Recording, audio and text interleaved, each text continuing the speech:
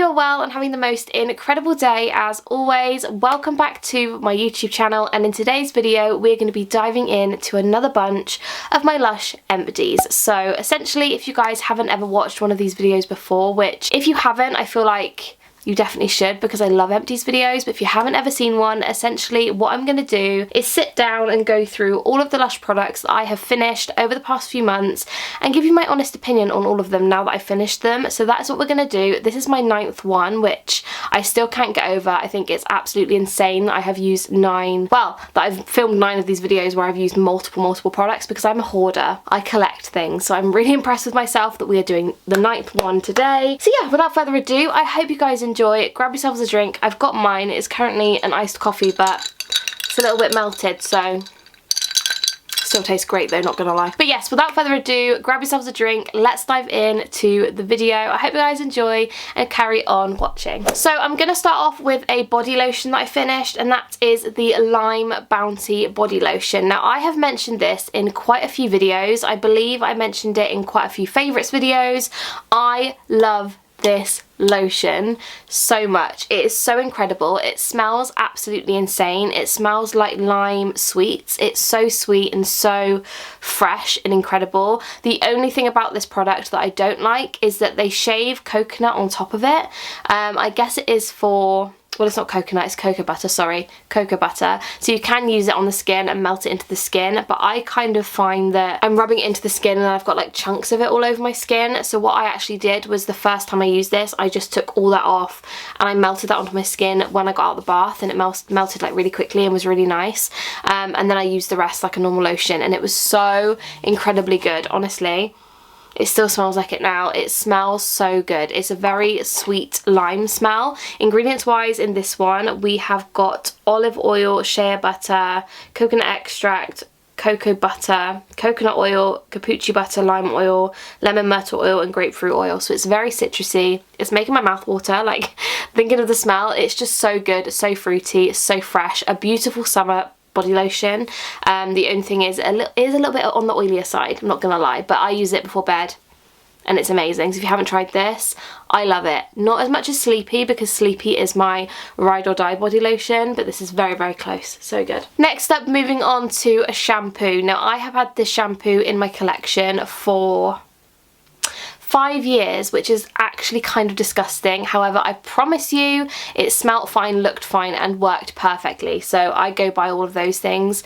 Don't trust me on any of that, please, because with skincare I do think it's a little bit different, but with my hair it still worked kind of well. And this is the Curly Wurly coconut shampoo. I don't know whether they still make this anymore. I don't think they do. I could be completely wrong. Maybe I am, but I haven't seen this in the shops for a little while. So let me know down below whether they have discontinued this, but you can tell it's old by the top of it because all the kind of writing is coming off. But I do really like the shampoo. I would say this is the kind of one I would use when I want to go for a natural curly hair day. This is just blow dried, so I've kind of got some curls in there somewhere. I'm just trying to like hide them. My hair's a bit of a mess today. But if I let my hair naturally dry and I scrunch it, it is quite curly. So this is the sort of shampoo I would use for those kind of days. And ingredients wise in this one, we have lemon juice, diced coconut, linseed infusion, papaya, free range eggs, cocoa butter, coconut oil, shea butter, jojoba oil, vetiver oil, vanilla absolute, olive oil. It's so rich and hydrating, and I think that's why I like it, because my hair is naturally very fine. Like if I show you my hair, I have literally the thinnest hair going. So side note, if any of you guys know a shampoo and conditioner that's great for actually thickening your hair and making it actually work, let me know, because your girl needs help. But this is brilliant. I really, really like this, and I am sad if they have got rid of it because it was such a good product. So yeah, Curly Wurly shampoo, absolute classic. Definitely out of date, but it worked well. Next up, we move on to 2 shower jellies. I don't really like shower jellies, don't get me wrong. I have had some shower jellies in the past and I love the smell. I think they smell incredible. I just personally find them really hard to use. So these 2 shower jellies in particular, I cut them up into tiny pieces and I used them as a bubble bar, and it worked really, really well, and it smelled incredible. So I really liked using these. The first one is the Nightwing shower jelly, and this one was actually made, wow, back in 2015. You guys are going to be judging me really, really hard, but I promise you it smelt and looked exactly the same as it did when I first got it, so I'm not going to throw that away, do you know what I mean? But ingredients wise in this one, we've got aloe gel, lime juice. I think that's kind of it. Is that basically it? Carrageenan extract, carob syrup. I'm not really sure what that is, but it smelt incredible. It smelt like the Lime Bounty body lotion. It's like a lime fruit pastel kind of smell, very sweet, very citrusy. It was really, really good, and I loved the shape of it. It looked like a bat, and it was like a really deep dark purple, and I was just all here for it, so I loved that. I would buy it again, but I'd love to see that as like a shower gel, like a deep purple shower gel that smelled like this would be insane. But I did like it, so there was that one. And the second shower jelly that I finished up is the Snowman shower jelly. This one was a classic. Again, bought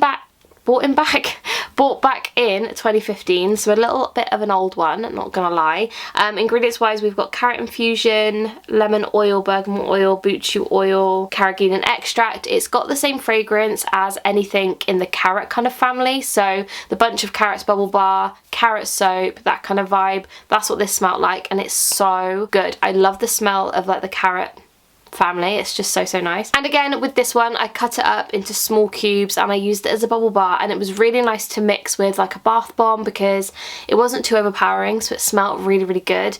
And yeah, that's how I used it, and it was really, really nice. So that is another shower jelly that I finished up and I loved it. Next up, we are moving on to shower gels. So the first one that I have used, which I can't believe I actually used up completely, because past me would have savoured this for a very long time. I mean, I have had it for a while, to the point where I don't even have a date on it anywhere.